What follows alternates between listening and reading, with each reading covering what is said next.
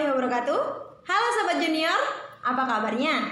Saya akan berbagi tips cara belajar Photoshop yang tepat, mulai dari dasar-dasarnya dan apa saja yang harus dipahami dalam belajar Photoshop. Berikut ini adalah urutan yang tepat untuk belajar Photoshop bagi pemula.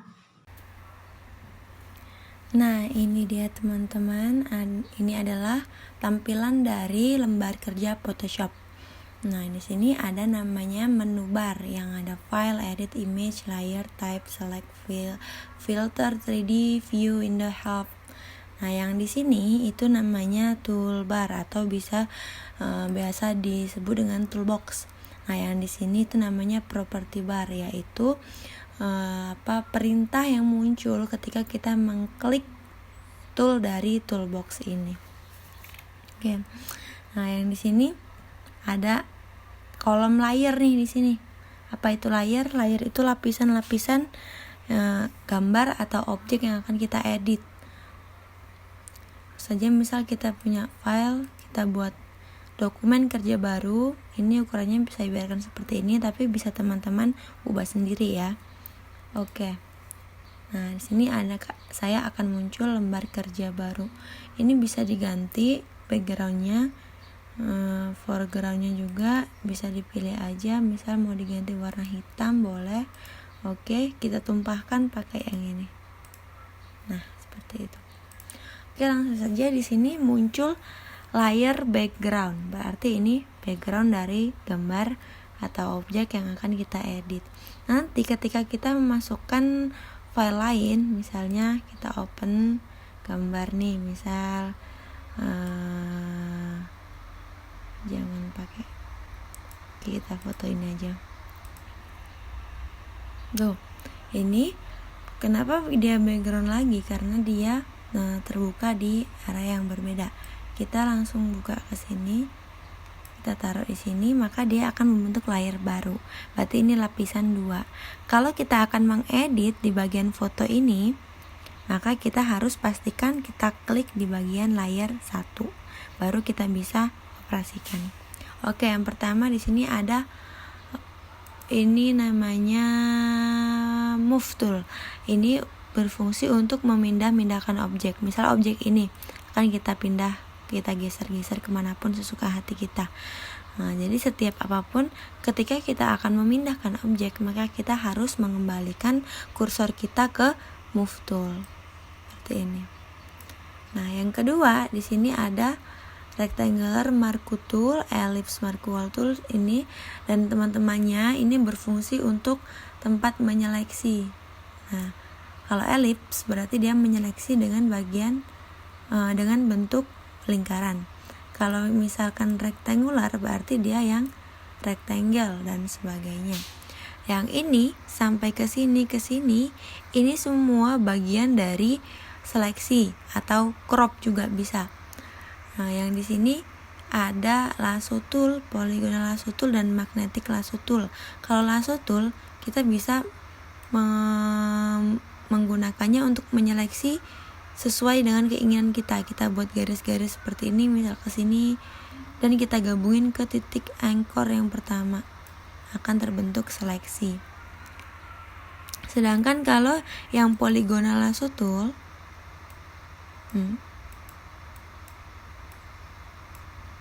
kita menyeleksi tapi dia garisnya lurus. Nah, jangan lupa untuk menggabungkan ke titik yang pertama agar terbentuk seleksinya.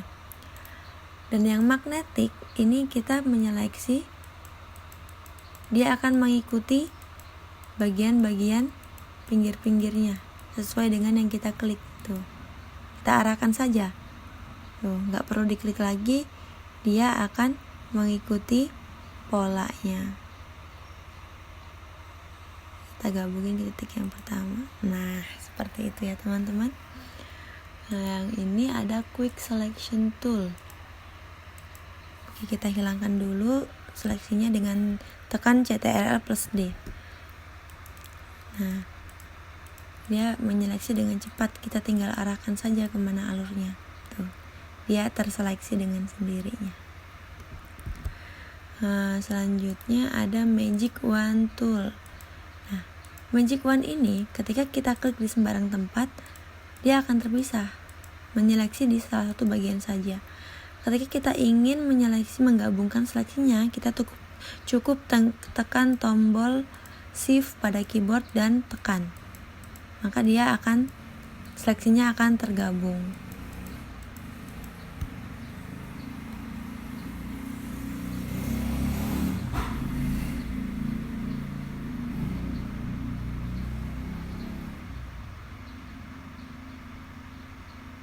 Oke, paham ya teman-teman?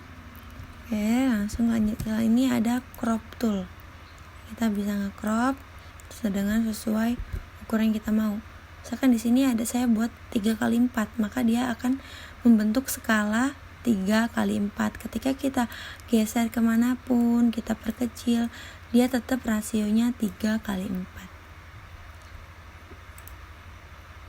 Kita nggak usah crop ya.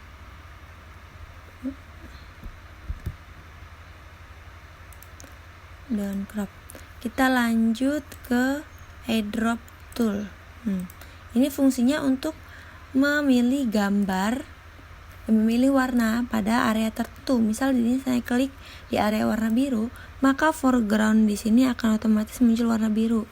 Ketika saya klik di bagian baju ini, dia juga akan mengikuti warnanya, dan seterusnya. Ini ada teman-temannya. Itu fungsinya hampir sama semua sih. Ini harus kita ubah ke Smart Object biasanya. Langsung saja ke Spot Healing Brush Tool. Ini fungsinya untuk menghilangkan titik-titik yang tidak diinginkan pada suatu gambar. Misalkan jerawat atau sebagainya. Nah, di sini ada tai lalat ini misalkan nantinya akan kita hilangkan. Nah, di sini area lingkaran ini dia lebih besar dari titik tai lalat ini ya. Ketika diklik, nanti tai lalatnya akan hilang, menyesuaikan dengan warna area di pinggirnya. Jadi kalau mau jerawatnya hilang, nanti dia bisa hilang hanya dengan kita klik saja. Dan begitu juga sama dengan teman-temannya, ini fungsinya hampir sama, menghilangkan spotnya ya. Patch tool ini kita buat lingkaran sendiri di area itu, terbentuk seleksi, kita geserin aja, kita pindahkan ke area mana yang ingin kita samakan warnanya. Oke, seperti itu. Lanjut, ini ada brush tool. Brush tool ini ya kayak kuas ya fungsinya. Nah, tuh memberi warna, ini bisa kita hapus, opacity-nya kita naikin. Opacity itu ketransparannya. Jadi semakin kita geser ke arah 100%, maka dia akan semakin warnanya semakin tebal. Seperti itu. Lanjut di tool berikutnya yaitu History Brush Tool. Ini berarti akan mengembalikan objek ke keadaan sebelum di edit. Nah,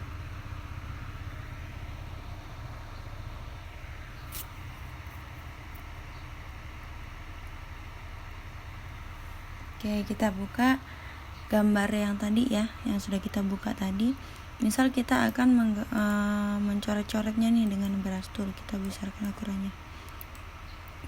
Misal seperti ini nih. Dan kita mau balikin lagi ke yang semula, kita bisa pakai history brush tool. Bisa aja katakan saja history brush tool itu untuk menghapus brush yang telah kita buat. Nah, seperti itu.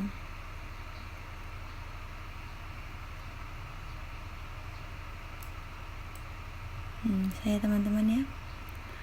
Lanjut, kalau yang ini ada eraser tool, ada 3, eraser tool, background eraser tool, dan magic eraser tool. Ketika kita gunakan yang eraser tool, maka dia akan menyeleksi di mana yang kita ingin seleksi saja, satu persatu gini ya. Kita bisa besarkan di sini ukurannya. Nah, itu. Yang selanjutnya background eraser gimana? Sama saja.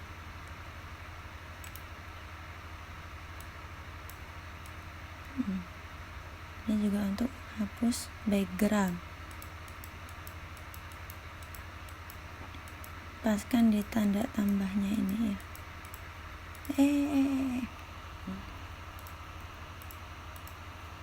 Kalau yang magic eraser tool itu menghilangkan background dengan yang cepat. Jadi kita klik di sini. Jadi maka semua warna yang sama dengan yang kita klik itu juga akan hilang. Seperti itu. Selanjutnya di sini ada gradient tool, paint bucket tool, dan 3D material drop tool. Kalau gradient ini fungsinya untuk membuat gradient seperti ini. Kalau yang paint bucket tadi sudah saya contohkan di awal, dia untuk memberikan warna. Kenapa dia yang muncul warna biru? Karena di sini foregroundnya warna biru. Nah, seperti itu ya. Kalau yang 3D material drop tool tadi, dia hanya untuk yang 3D-nya. Selanjutnya ada blur tool. Karena kayak namanya ya, buat ngeblur. Jadi kalau kita gunakan blur tool, objeknya akan ngeblur. Strength-nya bisa kita ubah misal 100%. Dia akan semakin mengeblur.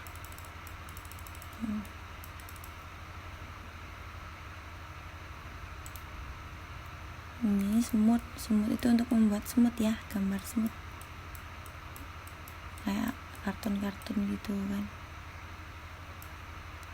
Ini ada Google tool.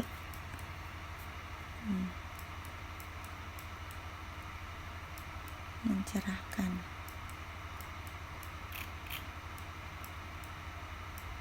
Nah, kira-kira seperti itu teman-teman, untuk membuat muka teman-teman menjadi lebih cerah dari biasanya. Ini ada pen tool. Pen tool ini fungsinya untuk membuat objek juga bisa, untuk menyeleksi juga bisa, tergantung bentuknya. Ketika dia shapes, maka dia akan membentuk shapes. Jangan lupa gabungkan ke titik awal. Ketika dia kita buat pad, maka dia akan terbentuk pad. Ini bisa kita buat seleksinya.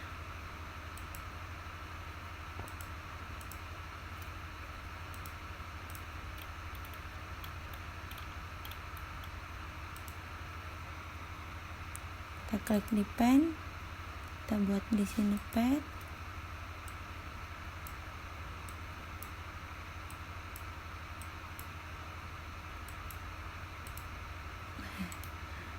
Maka dia akan membuat tombol seleksi. Ini bisa kita hapus atau kita apa, terserah.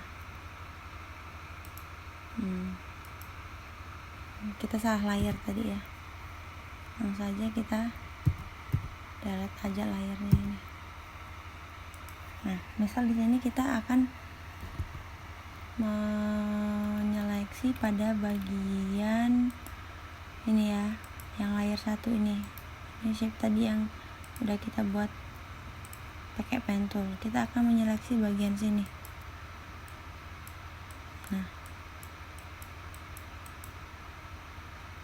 Nah, ini belum terseleksi.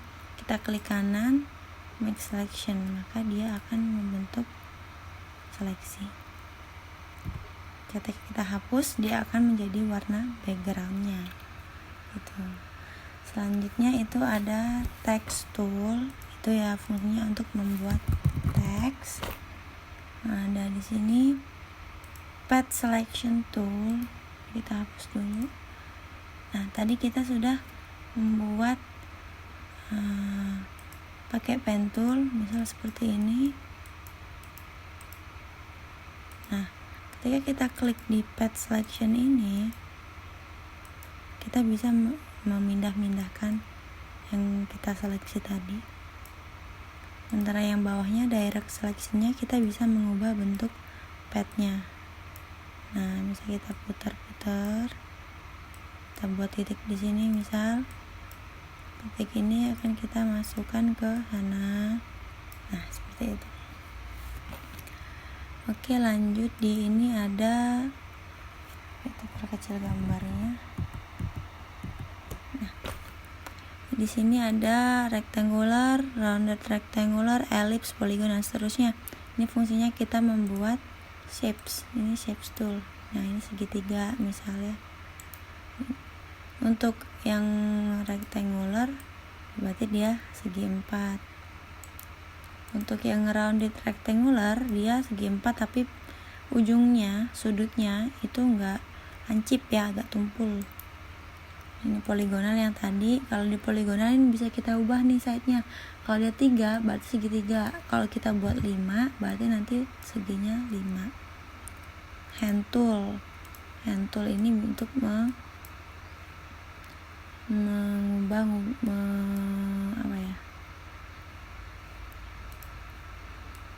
menarik gambar lah gitu pokoknya. Di sini ada zoom tool ya, untuk ngezoom, zoom out atau zoom in. Zoom out bisa kita zoom in gitu. Dan ini tadi warna, kolom dari warna yang bisa kita ubah-ubah. Oke, cukup sekian teman-teman. Semoga tutorial kali ini bermanfaat dan kalian bisa menjalankan Photoshop-nya. Nah, teman-teman, jika teman-teman sudah memahami fungsi dari masing-masing menu dan tools-nya, maka sekarang silakan teman-teman belajar membuat desain editing dengan sederhana. Saya rasa cukup sekian pertemuan kita hari ini. Terima kasih telah mengikuti pelatihan dengan tertib. Saya Ri, wassalamualaikum warahmatullahi wabarakatuh.